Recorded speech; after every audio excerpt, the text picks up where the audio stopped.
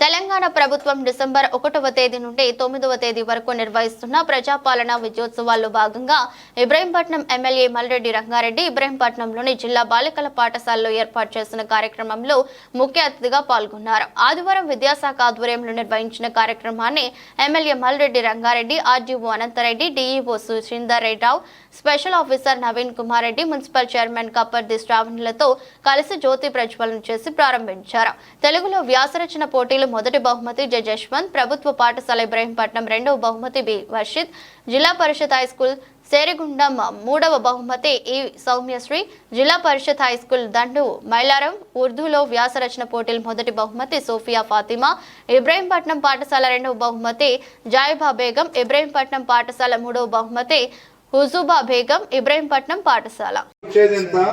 వాళ్ళకి అందేది ఎంత, అందకపోతే ఎందుకు అందుతలేదు మీరు కూడా చెప్తే ప్రజలలో తెలుస్తుంది. కాబట్టి ఇది అందుకే వైట్ అసంశయం మహాబాహో మనోదుర్నిగ్రహం చలం అభ్యాసేన తు కౌంతేయ వైరాగ్యేన చ గృహ్యతే. సాధించగలుగుతారు. మీకు మా రిజల్ట్ చూపిస్తాం ముందు. మన పాఠశాలలో ఈరోజు ఇంటిగ్రేటెడ్ స్కూల్స్, సమీకృత పాఠశాలలు, సముదాయాలు ప్రభుత్వం తలపెట్టిన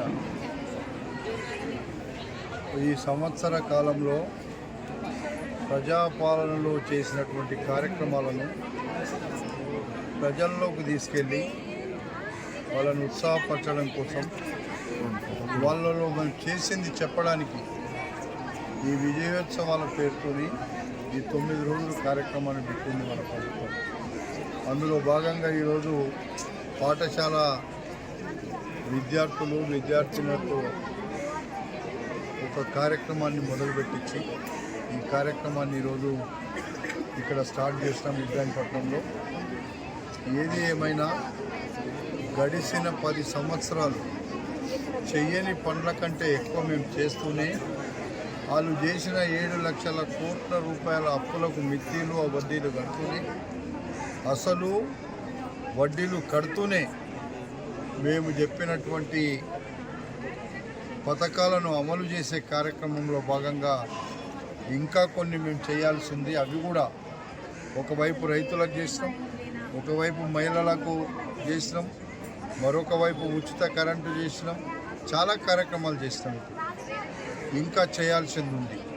మేము ఒక సంవత్సరంలో చేసినట్టు తృప్తి పడడం లేదు. మేము కూడా ప్రజలకు ఇంకా మేము ఇవ్వాల్సింది ప్రజా సంక్షేమ కార్యక్రమాలను అందించడానికి మేము ప్రయత్నం చేస్తున్నాం.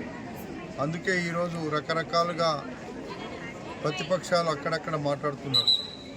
వాళ్ళు చెయ్యంది ఈరోజు చేసినట్టుగా పేద గొప్పలు చెప్పుకుంటున్నారు. ప్రజలు నిర్ణయిస్తారు. అది మీరు ఎన్ని ఒళ్ళినా, ఎన్ని చెప్పుకున్నా, ఎంత మాట్లాడినా, మీరు మాట్లాడే మాటలకు, చేసిన చేతలకు ప్రజలు అన్నీ అర్థం చేసుకున్నారు, గుర్తుపెట్టుకున్నారు. మేము తప్పకుండా ప్రజలకు ఇచ్చిన మాట నిలబెట్టుకుంటాం. ప్రజలకు ఇచ్చినటువంటి కార్యక్రమాలు చేస్తాం. రేపు వచ్చే నెల నుండి ఇల్లు కట్టే కార్యక్రమం, పింఛన్లు ఇచ్చే కార్యక్రమం, మేము రేషన్ కార్డులు ఇచ్చే కార్యక్రమం, పట్టాలు ఇచ్చే కార్యక్రమం, ఇవన్నీ మేము ఇంకా చేసేది ఉంది, చేయబోతున్నాం. కాబట్టి ప్రజాపాలన అంటే ఏందో చేసి చూపిస్తాం. మా ముఖ్యమంత్రి గారు ఏదైతే చెప్పినారో, నిన్న చాలా విషయాలు ఆయన మహబూబ్నగర్లో చెప్పిండు. ఆ విషయాలతో పాటుగా ఇంకా మేము ఏ కార్యక్రమాలు మిగిలినాయో అన్నీ కూడా పూర్తి చేస్తాం.